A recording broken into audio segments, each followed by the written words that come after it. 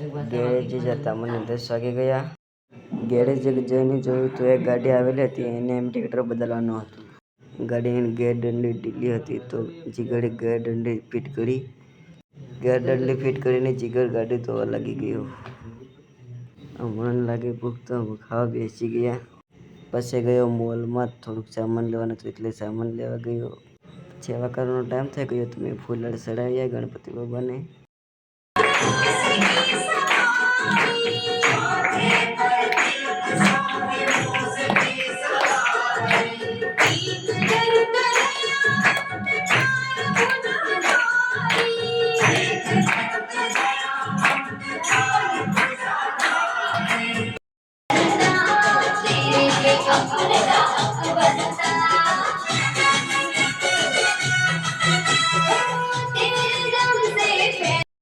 આજે જાગરણ છે એટલા માટે બધા છોકરાને જમાડવાનું હતું.